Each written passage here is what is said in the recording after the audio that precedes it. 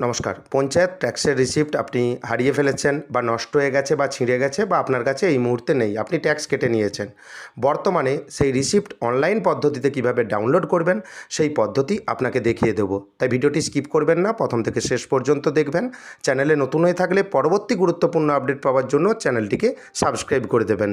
West Bengal panchayat property ট্যাক্সের official website visit করবেন prdtax.wb.gov.in এবং আপনার সুবিধার্থে এই ওয়েবসাইটের লিঙ্ক আমি ডিসক্রিপশন বক্সে দিয়ে রাখবো।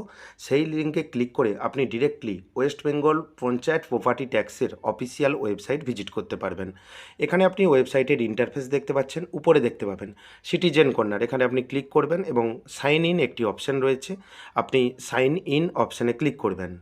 সাইন ইন অপশানে ক্লিক করার পর দেখতে পাবেন যে আপনার কাছে নতুন একটি পেজ ওপেন হয়ে গেছে। এখানে দেখবেন log in sign up option রয়েছে। এখানে আপনি আপনার মোবাইল নাম্বার দেবেন।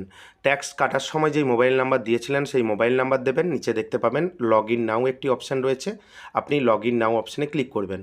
আপনার মোবাইল নাম্বারে 6টি সংখ্যার ওটিপি আসবে, ওটিপি নির্দিষ্ট জায়গায় দেবেন।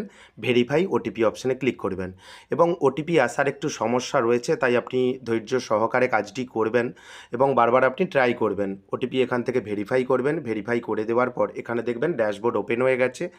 এখান থেকে আপনি আপনার ডিটেলস দেখে নেবেন এবং সেই সঙ্গে আপনি স্ক্রল ডাউন করে নিচের দিকে আসবেন। নিচে দেখতে পাবেন যে অ্যাসেন্স রিসিপ্ট বলে একটি অপশান রয়েছে, ডান দিকে একটি অ্যাকশন বটন রয়েছে। এখানে আপনি ভিউ অপশানে ক্লিক করবেন এবং ট্যাক্স কবে আপনি পেমেন্ট করেছেন সেই তারিখও কিন্তু এখানে লেখা রয়েছে। আপনি যখনই ভিউ অপশানে ক্লিক করবেন, এখানে একটি পিডিএফ কপি অর্থাৎ রিসিপ্ট জেনারেট হয়ে যাবে এবং এই রিসিপ্ট আপনি কিন্তু প্রিন্ট করে নেবেন।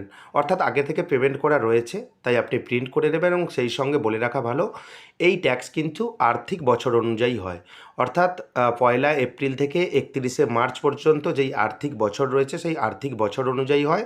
প্রতিটি আর্থিক বছরে যে ট্যাক্স রয়েছে সেই ট্যাক্স আপনাকে পূরণ করতে হবে।